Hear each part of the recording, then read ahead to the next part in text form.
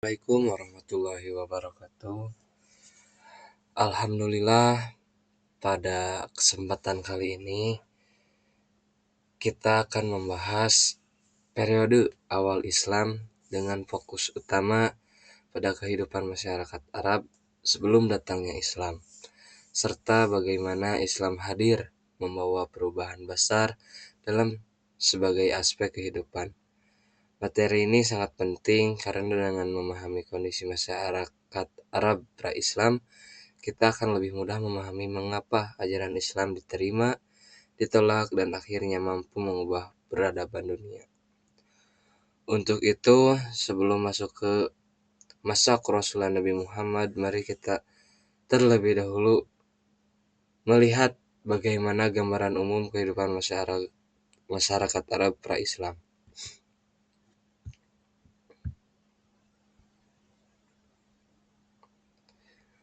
Masyarakat Arab pra-Islam hidup dalam masa yang sering disebut dengan zaman jahiliyah, bukan karena mereka bodoh secara intelektual, tetapi karena banyaknya penyimpangan dalam nilai, moral, sosial, dan keagamaan.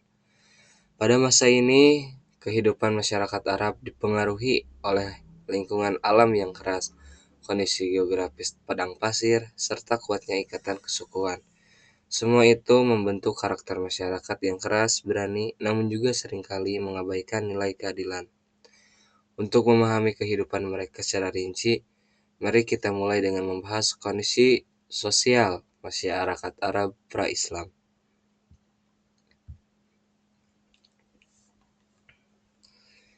Dilihat dari segi sosial, masyarakat Arab pra-Islam terbagi menjadi kelompok besar. Yang pertama adalah masyarakat Baduy, yaitu mereka yang hidup nomaden dan berpindah-pindah mengikuti sumber air dan padang rumput. Dan yang kedua, Hadari, masyarakat yang hidup menetap di kota-kota seperti Mekah dan Yatsrib. Namun, kehidupan sosial pada masa itu sangat diwarnai oleh ketimpangan dan ketidakadilan.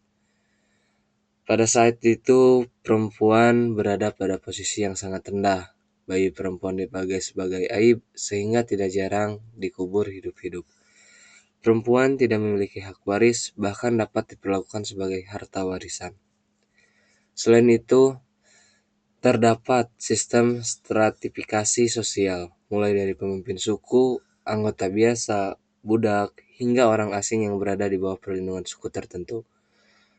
Poligami pun tanpa batas, serta nikah kontrak juga masih menjadi praktik yang lazim. Selain kondisi sosial yang seperti itu, kehidupan masyarakat Arab pra-Islam juga sangat dipengaruhi oleh aktivitas ekonomi yang mereka jalani. Dalam bidang ekonomi, masyarakat Arab sebenarnya memiliki potensi besar. Letak geografis Jazirah Arab yang strategi menjadikan wilayah ini sebagai jalur perdagangan internasional yang menghubungkan Yaman dan Syam. Kota Mekah berkembang menjadi pusat transit perdagangan.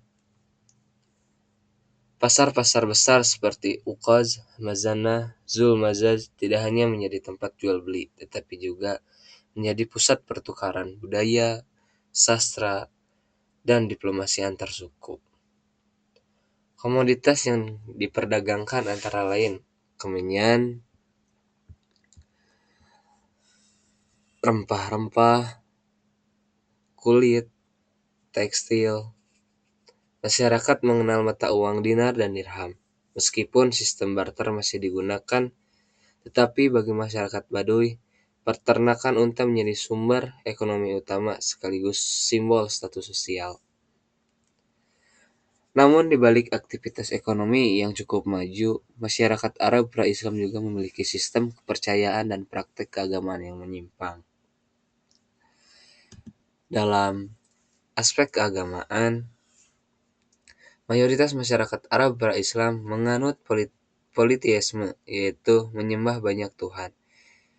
Di sekitar Ka'bah banyak berhala, sekitar 360 berhala, dengan berhala-berhala utama seperti Hubal, Lata, Uzza, dan Manat terdapat pada sekitaran Ka'bah. Ritual keagamaan yang sering bercampur dengan praktek yang tidak sesuai dengan nilai ketuhanan, seperti tawaf tanpa busana, penyembelihan untuk berhala, serta ramalan nasib menggunakan anak panah. Meski demikian, tidak semua masyarakat Arab menyembah berhala. Terdapat kelompok minoritas seperti Yahudi, Nasrani, Hanif, dan Majusi, meskipun jumlahnya relatif kecil. Kondisi sosial, ekonomi, dan agama ini kemudian melahirkan sistem kehidupan berbasis kabilah dan nilai-nilai budaya. Sistem kabilah menjadi pondasi utama kehidupan masyarakat Arab pra-Islam. Ikatan kesukuan atau hashabiyah sangat kuat, bahkan lebih kuat daripada ikatan keadilan dan kebenaran. Pemimpin suku biasanya dipilih berdasarkan usia, keberanian, keturunan. Dalam sistem ini berlaku hukum balas dendam atau qisas,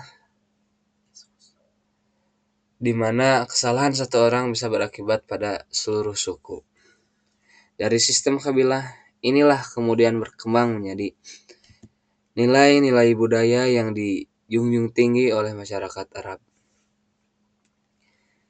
Masyarakat Arab pra-Islam memiliki kebudayaan sastra yang sangat kuat, di mana puisi menjadi simbol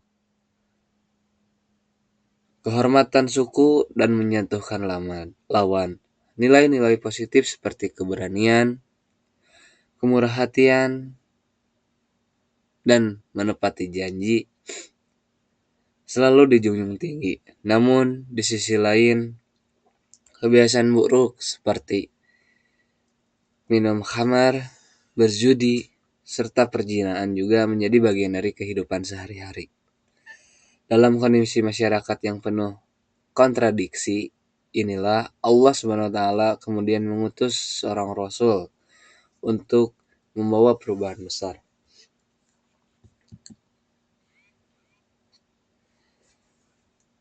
Masa kerasulan Nabi Muhammad SAW. Di tengah kondisi masyarakat Arab pra-Islam yang penuh ketimpangan, Allah SWT mengutus Nabi Muhammad SAW sebagai pembawa risalah Islam. Misi utama beliau adalah mengembalikan manusia kepada tauhid, menegakkan keadilan, dan memperbaiki akhlak manusia. Perjalanan dakwah Nabi Muhammad SAW dimulai dari kota Mekah yang dilakukan melalui beberapa tahap.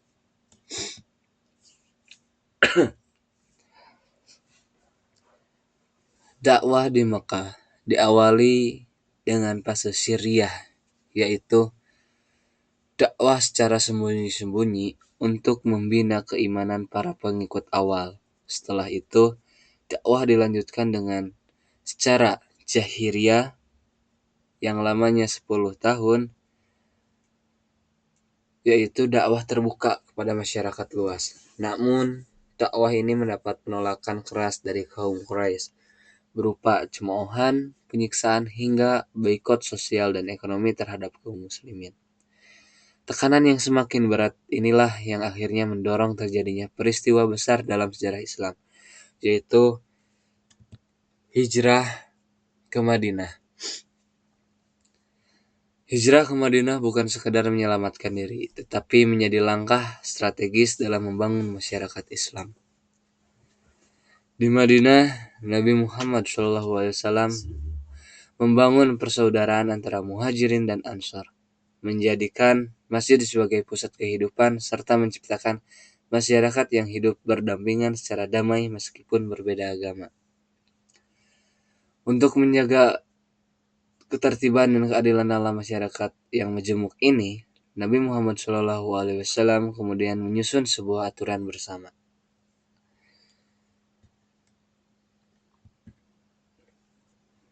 Piagam Madinah sebagai konstitusi pertama. Nah, piagam ini merupakan konstitusi tertulis pertama yang mengatur kehidupan masyarakat plural, di mana piagam ini menjamin kebebasan beragama, keadilan hukum, serta tanggung jawab bersama dalam menjaga keamanan negara. Namun meskipun telah terbentuk masyarakat yang tertata, umat Islam tetap menghadapi berbagai tantangan besar.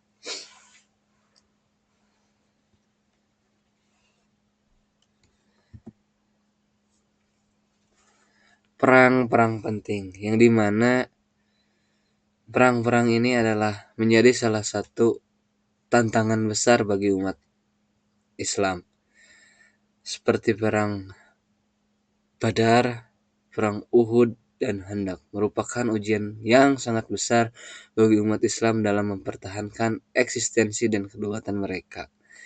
Perang-perang ini tidak hanya berkaitan dengan kekuatan fisik, tetapi juga strategi, disiplin, dan keimanan.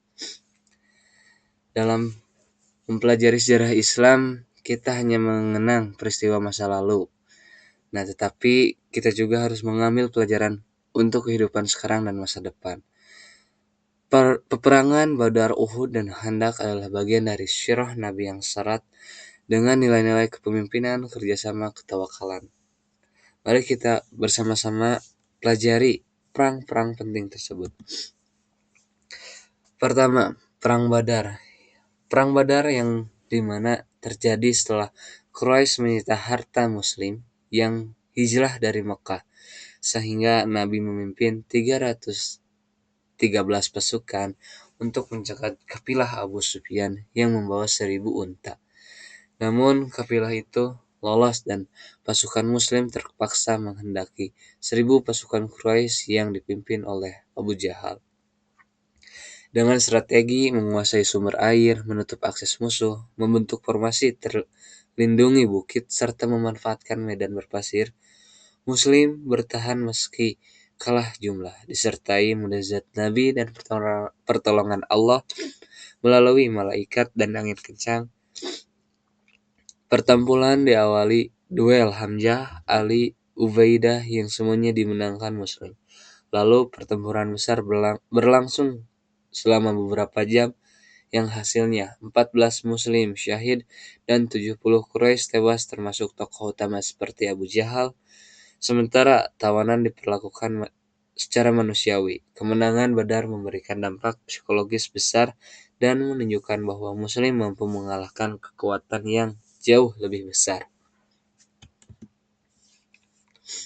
Perang Uhud. Setelah kekalahan di Badar, Quraisy menyiapkan 3.000 pasukan yang dipimpin Abu Sufyan untuk membalas dendam. Sementara Nabi Muhammad SAW meski ingin bertahan di kota, mengikuti desakan sebagai sahabat muda untuk keluar menghadapi mereka, Nabi menempatkan 50 pemanah di Bukit Uhud dengan perintah tegas agar tidak meninggalkan posisi apapun yang terjadi. Sementara pasukan utama membentuk formasi dengan perlindungan alami bukit. Awal pertempuran Muslim unggul dan ketika memukul mundur kavaleri Quraisy, namun tragedi terjadi ketika para pemanah turun dari bukit untuk mengambil harta rampasan sehingga memberi celah bagi Khalid bin Walid untuk menyerang dari belakang, membuat Muslim terjepit dan kacau. Ditambah tersebarnya kabar palsu bahwa Nabi telah terbunuh, Nabi mengalami luka serius namun tetap bertahan bersama beberapa sahabat. Sementara Mus'ab bin Umair gugur dan Hamzah syahid dengan jasad dimutilasi oleh Hindun. Pertempuran berakhir dengan 70 syuhada dari pihak Muslim dan Quraisy tidak melanjutkan serangan karena juga mengalami banyak kerugian. Peristiwa ini menjadi pelajaran besar bahwa ketaatan terhadap komando adalah syarat utama kemenangan. Yang ketiga, Perang Khandaq. Koalisi besar berjumlah 1000 pasukan dari Quraisy, suku-suku Arab, dan Yahudi Bani Nadhir mengepung Madinah untuk menghancurkan Muslim. Sehingga Nabi menerima usulan Salman Al-Farisi untuk menggali parit sepanjang 5,5 km yang menjadi strategi asing bagi bangsa Arab. Pengepungan berlangsung selama 27 hari dalam kondisi musim dingin dan persediaan menipis, diperparah oleh pengkhianatan Bani Quraisyah yang membuka ancaman serangan dari dalam. Namun situasi berubah ketika Nu'aim bin Mas'ud berhasil memecah koalisi dengan menanamkan kecurigaan antar pihak. Ditambah badai besar yang merusak kemah dan moral musuh sehingga Abu Sufyan memerintahkan untuk mundur. Setelah itu Nabi mengepung Bani Quraisyah selama 25 hari hingga mereka menyerah dan menerima keputusan Sa'ad bin Mu'adz sesuai hukuman Taurat. Laki-laki dihukum mati, perempuan dan anak ditawan, dan harta dibagi. Perang hendak membuktikan kekuatan persatuan Muslim, pentingnya strategi dan inovasi, serta ketegasan menegakkan hukum meski terhadap sekutu lama.